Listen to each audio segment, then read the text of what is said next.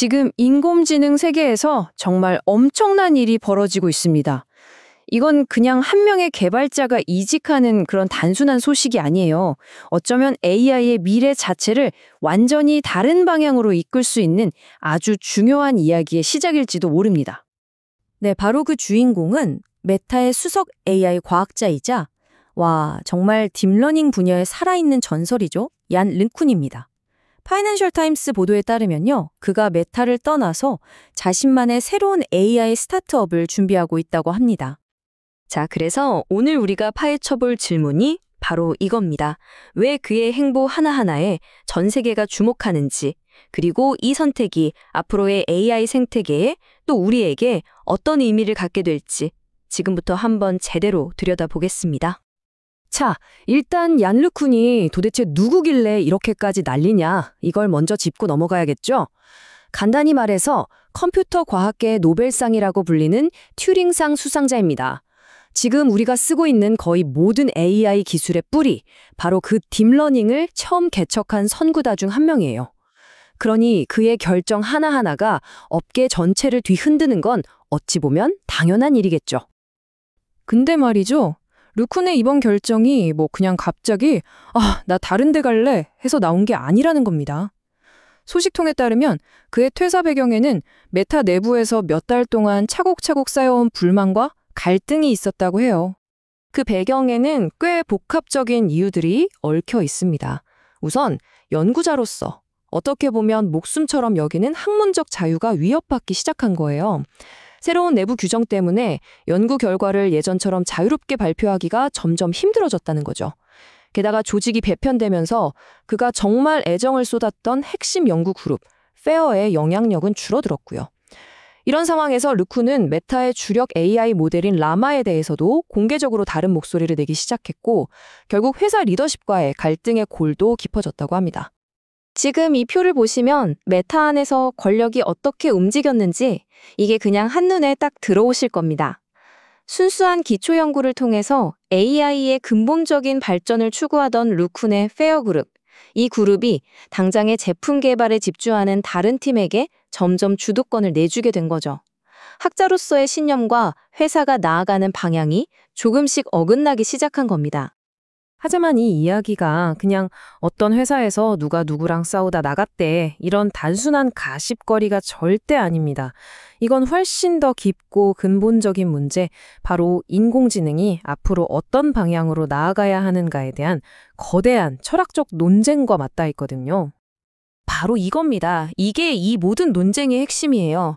르쿤은 지금 AI 업계를 완전히 휩쓸고 있는 이 대규모 언어 모델, 그러니까 LLM 있잖아요. 이게 진정한 지능으로 가는 유일한 길이 아니라고, 심지어는 거품이 너무 많이 꼈다고 아주 강하게 주장해온 인물입니다. 이 인용구가 그의 생각을 정말 명확하게 보여주는데요. 그는 그저 방대한 텍스트 데이터만 학습하는 LLM 방식의 한계를 계속해서 지적해 온 겁니다. 이게 진짜 사람처럼 생각하고 이해하는 지능을 만들 수 있는 구조가 맞냐고 근본적인 질문을 던지고 있는 거죠. 자, 그럼 이 두 가지 비전이 얼마나 다른지 한번 보세요. 왼쪽이 지금의 대세, LMM이죠.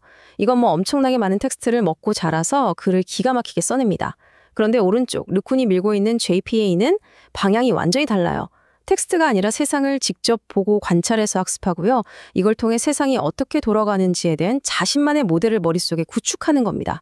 최종 목표는 인간처럼 추론하고 미래를 계획하는 능력을 갖추게 하는 것. 훨씬 더 야심찬 목표를 가지고 있는 거죠. 자, 그럼 이런 생각이 드실 거예요. 좋아, LLM이 전부가 아니라는 건 알겠어. 그럼 대안이 뭔데? 이제부터 그가 제시하는 새로운 길, 그 대안에 대해 알아보겠습니다. 그 중심에 바로 이 JEPA라는 게 있습니다. 이름이 좀 어렵죠? 결합, 인베딩, 예측, 아키텍처. 근데 걱정 마세요. 아이디어 자체는 생각보다 되게 직관적이고 재밌습니다. AI한테 책만 읽게 시키는 게 아니라 그냥 세상에 풀어놓고 직접 보고 들으면서 스스로 원리를 깨우치게 만들자는 겁니다. 이 JPA의 목표를 보면요. 꼭 아기가 세상을 배워나가는 과정이랑 정말 비슷해요. 일단 그냥 봅니다. 물리적인 세상을 끊임없이 관찰하는 거죠. 그리고 나면 그 관찰을 통해서 세상은 대충 이렇게 돌아가는구나 하는 자신만의 모델을 머릿속에 그려요. 그다음엔 이 모델을 바탕으로 만약 내가 저렇게 하면 어떻게 될까 하고 추론하는 능력을 키우고요. 그리고 마침내 어떤 행동을 하기 전에 미리 계획을 세울 수 있게 되는 겁니다. 글자를 외우는 게 아니라 세상의 원리를 이해하는 것. 이게 바로 르쿤이 진짜 지능이라고 생각하는 겁니다.